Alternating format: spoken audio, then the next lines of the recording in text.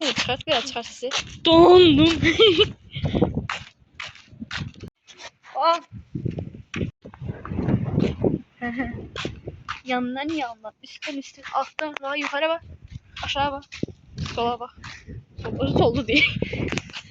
Cennete gelmişiz. Cennete gelmiş. Yakın şeyine. Burada çıkar değil videonu. Wi-Fi var. Aa. Ya bırak ben babam.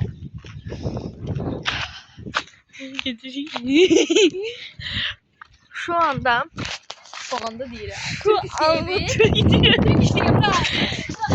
Şu an. Sen babamın ağzını ağrım.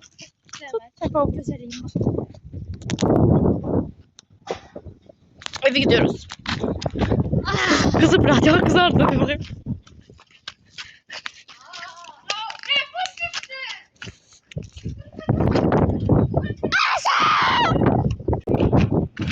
Kafan da öyleyse.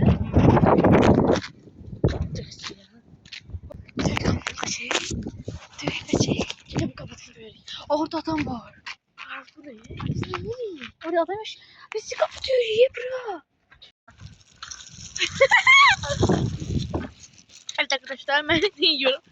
Dur bu adamı düşmüş. Sarı çıkmış dese. Karşı diye. He karşıdır. Ha, böyle normal.